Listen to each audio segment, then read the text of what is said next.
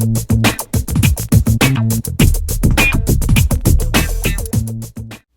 guys, this is going to be a super quick layout I'm going to make with these 3 Instagram photos from a recent sleepover, and in the morning after we did some really fun DIY Japanese candy kits, which I've been purchasing for my kids as a bit of a treat. We use them as a bit of a reward. So what you saw me doing there was just figuring out a couple of different ways that I might want to put these pictures together in a set of 3, and I couldn't quite decide, so I decided I would just have a look at the paper. I usually start with looking at the paper anyways, so I'm not sure why I thought I would decide the layout before I decided the paper. Just trying something different, I guess. Right away I decided I wanted this one to have a bright yellow background paper, so I just took this basil paper that came in the kit. This is again the Lost in My Mind kit from Scraptastic, and I really want to use these word stickers, and the story behind this is that my previous layout, which was called A Yummy Good Time at Cherryberry, it was kind of inspired by these word stickers, even though I didn't get to use the word stickers at all on the layout. So I immediately sat down and tried to do a layout that did use these word stickers, and that's what this is. So it's a really quick layout. Excuse my gray hair there. I need to color it, I guess. Nothing like a YouTube video to remind you to color your hair. So I'm just cutting out the wax paper so that I can play around with how these words are going to go together, because the loop at the bottom of that Y is causing me some serious trouble here. So yeah. I want seriously and love to be closer together, but they're not quite working, and I know that I can pull that Y over a little bit because they're made out of foam. They're a little bit flexible, so that's what I'm hoping I'm going to be able to do. Now, I wanted an arrow, and there are no black foam arrows on this, so I'm just kind of cutting up a couple of letters to see if I can come up with an arrow. At first I was going to use the little twisty part on the T, but then I decided that the bottom of this D was nice and thick, so it gave me a good place that I could make an arrow. So I'm just using my scissors to cut out an arrow shape. It's a little bit tricky cutting that other side because I'm right-handed. And now I'm going to just cut a little flag or fishtail kind of bottom to it, or end to it. And there's my title, except I'm missing the word we. I originally thought I would call it We Seriously Love This, and I forgot to put on we until a little while later. So that's kind of the layout that I'm looking at doing. So the general shape of the layout is decided at this point. I'm going to add the word we up there. Thank goodness I didn't forget it. I really like actually how the we makes it almost like a vertical oval shaped title as opposed to a blob. Like it was kind of a weird shape before. I think the we rounds it out nicely. Taking a picture of it because I wasn't sure if I was going to get interrupted here. I'm going to use some of these Ormolu tags, and I'm not going to do too much embellishing on this because the title and the pictures are it. So and with such a bold title, I don't want to do anything to take away from it. And I think if I were to put any kind of pattern paper behind these pictures, it would just look cluttered and it would draw your eye away from the title. And I don't know, I just I'm going to spell out my subtitle, which is Japanese DIY candy kits. And so with a bold title and then a subtitle here in these tile letter stickers from Amy Tangerine, what I wanted to do was have most of this layout have more of a clean look. So instead of lots and lots of layered papers, there'll just be little bits of papers and a bit of sewing and some splatters, and that'll be about it.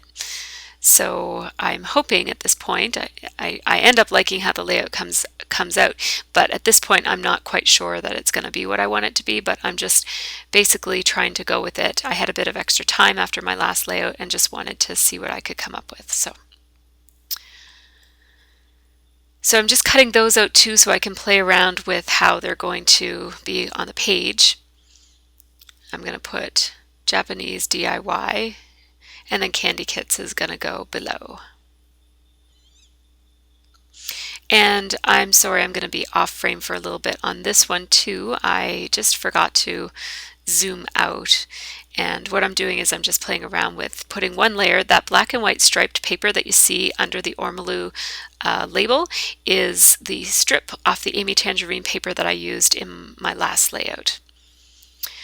So I did just put that sticker that says it was, and then there's a blank, and I just attached it to the top of that top photo. And see, I'm just showing you because I realized I didn't zoom out. And then I put, this is a binder clip from my stash. It was actually holding the thickers to my pegboard. And when I took the thickers down, it was just sitting on my desk, and I was like, oh, I could use that. So I like that it's gray. So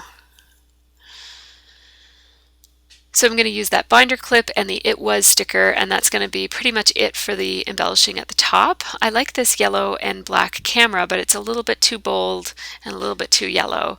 And then I also like this this puffy sticker from Amy Tangerine that's like a geotag. I'm going to come back to that though. And then I did put an Amy Tangerine little tiny heart there too. So I'm going to start by placing love because it's the largest word in my title, and then I'm going to place seriously because it's my most difficult word in my title, and the two are kind of tied to each other by that loopy Y. So there's that. And then I'm going to dot the I and put the other words in place in just a minute. There we go.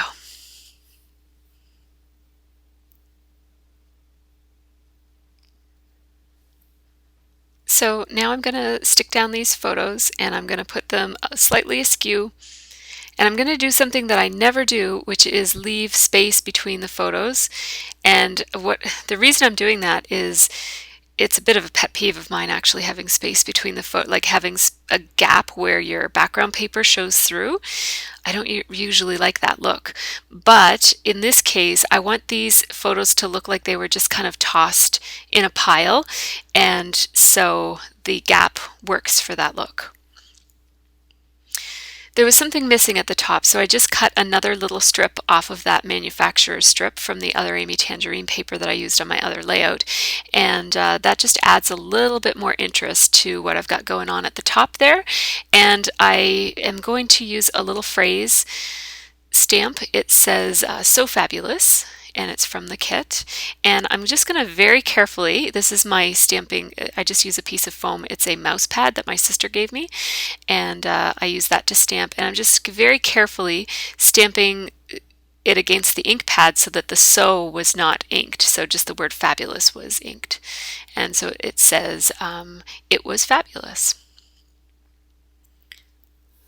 I found a little piece of sticker from the inside of the letter of one of the other layout that I did. So I'm really liking how this is looking right now. And so I just need to finish it off by adding the title, the subtitle down here at the bottom, Japanese DIY Candy Kits. And these are some kits that I've been buying from Japan with some of the other collectible things that I buy. And just kind of thrown one in my cart every here and there. And it turns out they are a whole lot of fun. They're between $3 and $5 or $6 for a kit. And you can make these yummy gummy candies and different things. And these ones were ones that were kind of like, they look kind of like clay, or what they actually look like is the fondant that you put on a cake, like to decorate a cake. But they taste delicious. I'm not a fan of the taste of fondant, but these candies are amazing. I was expecting them to taste like fondant, so I wasn't actually trying them for a while, but then I realized that they're actually quite delicious. So it's good that I didn't know they were delicious, or we might not have gotten a chance to make all these fun little characters. And this was actually, so I'm putting these letters on a little bit askew. And the eye just kind of popped right off the layout there. And that just kind of adds to the, again, I just want to kind of make it look like things are just tossed on here. I'm just using a pop dot to accommodate for the fact that the photo does come up off the page where the binder clip is.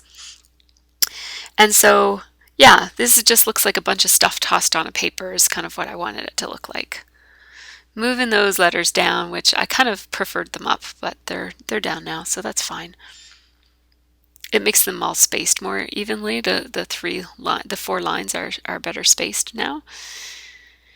So I'm just going to add some black thread for some interest. And I can't remember what else I was going to say. I was in the middle of saying something and lost my train of thought. So if that doesn't make any sense, if whatever I was saying didn't make sense, you can just leave me a comment and I'll try to get back to you with an answer. But this layout was pretty quick and easy and straightforward. It's nothing complicated or anything. And then just right here, I wanted to sew up here, but I couldn't make it go under the photo because the photo was already on, and I didn't want to be bothered with trying to pry it off. So I just made the stitching go right beside it instead. All right, I think I know what I was saying, that this was the little girl in the photo was sleeping overnight at our house. I'm going to give these threads a bit of a haircut here because they are too long. There we go. It's just a little bit distracting. I wanted them to look long and messy, but not that long. It was too much. So I just wanted to make sure that I got some journaling done about that. So I'm going to put that in at the very end. And basically the journaling is just going to be like a phrase that says, Maylee slept over March 2014 or something. So yeah, I just wanted to not forget that that was Maylee and that it was a sleepover. So I'm not into, I don't do a whole lot of really detailed journaling. I'm more apt to just put a caption as opposed to writing a big long story.